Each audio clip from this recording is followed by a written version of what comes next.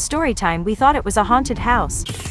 Halloween has always been my favorite holiday, so I like to do everything: pumpkin carving, hay rides, mazes, and my favorite haunted houses. I heard about this invite-only haunted house, and I didn't want to go alone, so I asked my best friend to get in. We had to find someone who already knew the location, and by some miracle we did. The guy we found said he would tell us where the haunted house was, but he wouldn't under any circumstances go inside with us. That should have been my first clue that something was wrong. Then he said something that made me think twice about even going. In flat seriousness, he told us to wear sneakers just in case we had to run. I started to laugh because I thought he had to be joking, right? Well, he wasn't, and he didn't crack a smile. As the day got closer, I started to think maybe we should skip it, but I thought I was just overthinking. The night of the haunted house, my friend asked me one last time if I was sure I wanted to go. I told her I was sure, but if I knew everything I know now, I would never have left the house. When we got to the house, we had to check the address again. It looked like a normal house. There were no decorations or lights, and we were the only ones there. We were already there, so we went up to the door, and before we knocked, the door started to open. We were hit with a gust of air that made both of us cover our noses and gag. I wanted to turn around and leave, but I didn't because I was there to be afraid. Walking inside that house is still the scariest thing I've ever done in my life, and the things we saw still torment my mind. All of the walls were covered in plastic, but there was no fake blood like we expected. Moving further into the house made me sick to my stomach because the smell was unbearable. We turned a corner into the kitchen, and that's when we saw a girl tied up. When she saw us, her eyes got really wide, and she started begging us to help her. She started screaming and crying with a desperation so intense that I could feel it. That's when me and my friend decided her acting was too much for us. We turned around and ran back out the way we came. We could still hear her screaming when we made it to the car. The next day, my friend sent me a picture that made every hair on my body stand up. It was an apology from the company running the haunted house. They were deeply sorry for the cancellation.